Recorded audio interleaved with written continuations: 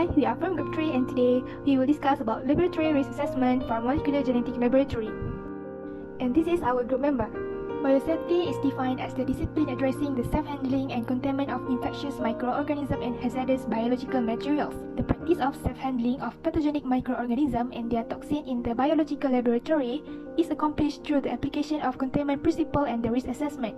There are 4 classes of risk group to be used for laboratory work. This risk group is also known as biosafety level. For risk group 1, BSL1 is indicating no or low individual and community risk.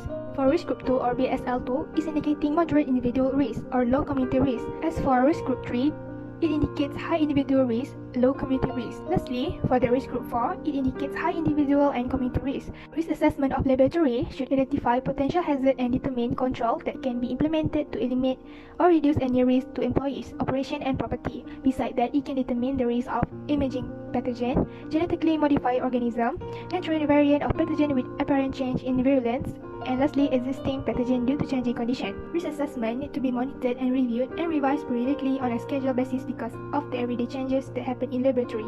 A new equipment, microbes, substance, and procedure may lead to the new hazard. There are 4 sections that needs to be assessed in the lab checklist, which is first, section A, second is the section B, third is the section C. First, section A, which is the laboratory facility. Only 7 over 10 of the laboratory facility on the checklist were completed. You can see all the requirements on the table below. Next, section B, which is the safety equipment. There has only 4 over 5 from the checklist that were completed. The table below show all the safety equipment that you can see on the requirement.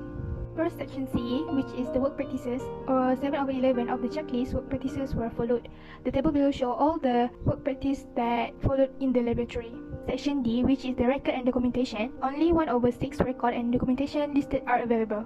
There are non-compliance and non-available terms of laboratory facilities, safety equipment, work practice and record and documents. The laboratory does not have eye wash fountain.